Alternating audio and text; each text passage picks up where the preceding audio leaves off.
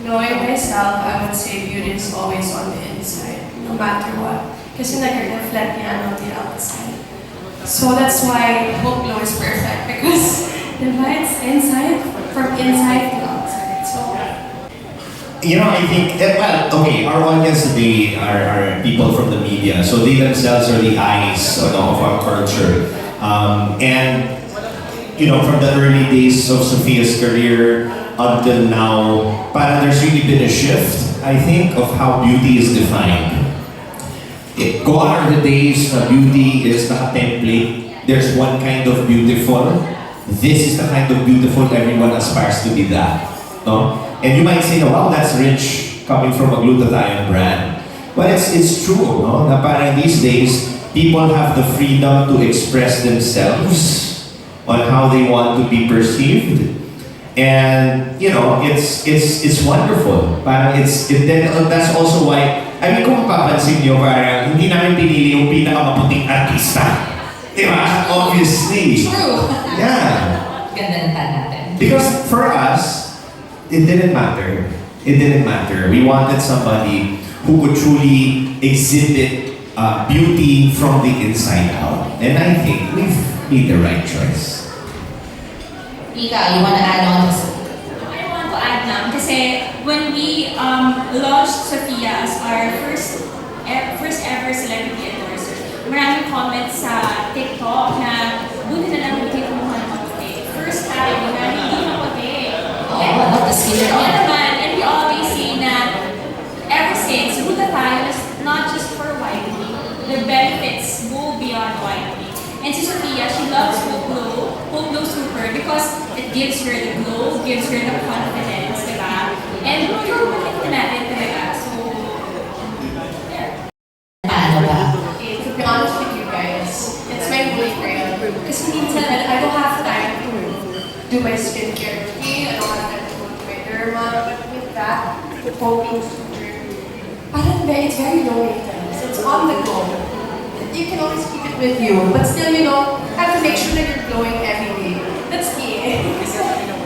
And you know what you said nga about glowing, no? Yeah. Glowing really is in the inside. That's what you said earlier. So hindi lang siya yung nakikita nyo sa labas, and that is why we're here to reframe the typecasted glutathione na papaputi lang siya, outside lang siya, but it's holistically beyond whitening, di ba? What's nice with Hope Glow Super is it has oral sunblock. I'm sure you've noticed that Sophia loves doing outdoor activities, going to the beach. I love So it. the oral sunblock really protects your skin from the rays. And I don't break out anymore. That's what I noticed.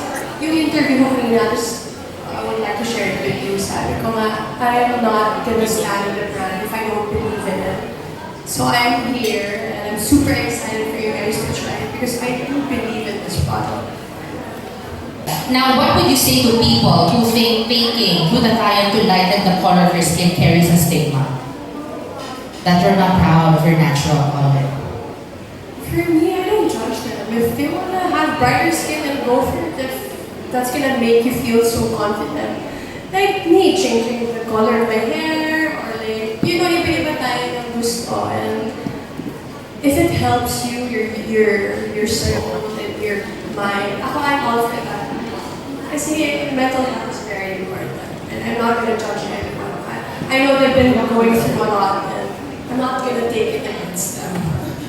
Yung talagang sukatan ng beauty nowadays, good mental health, being well-rounded, right? Because it shows it. It shows actually, hindi kailangan na. And obviously, we have to be honest, no? The great majority naman po talaga of the people who are taking Hope Glow Super are taking it because they want to achieve that side effect nga. Now, if you're taking it for a long time, if you're taking a dose that is sufficient, your skin will really lighten. No? There's the science behind that is clear.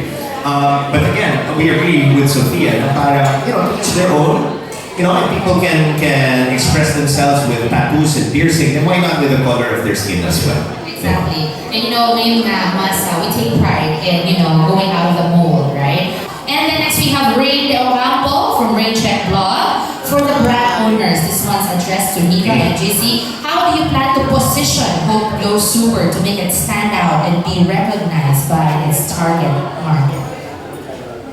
I think we're still, sino yung sabi kanina, no? Meron po kaming toddler. The business is a toddler. Meaning, you know, hindi na siya newborn, but still we still have a long way to go.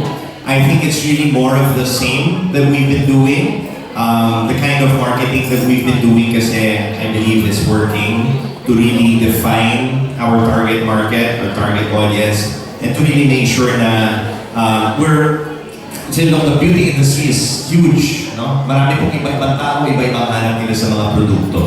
But I believe that if we stick true to our DNA, which is we try to really present the science behind our products, hindi hard selling, we just try to present the benefits as best as we can, then we will zero in on the people who like that kind of marketing, who respond to that kind of marketing. And for me, for us, happy na kami with them. No? So I think the position is there. We just have to just do more of the same. And we're so happy that we have Sophia on board also, somebody who shares the same values as us. Yeah. How about Mika? Aside from what Jesus said, na yung marketing, stick with how we market our products. I also want to focus on how good the products are. Kasi isa talaga yun eh. Hindi siya mag-last ng 3 years if the products are not good, if the formulation is not good. So that's one thing I'm very, very proud of, that we have a good partner manufacturer for our set of products, and you can really see the results. Diba? Thank you so much and congratulations to all three of you who are Thank you for the here. question. Oo, ang ganda ng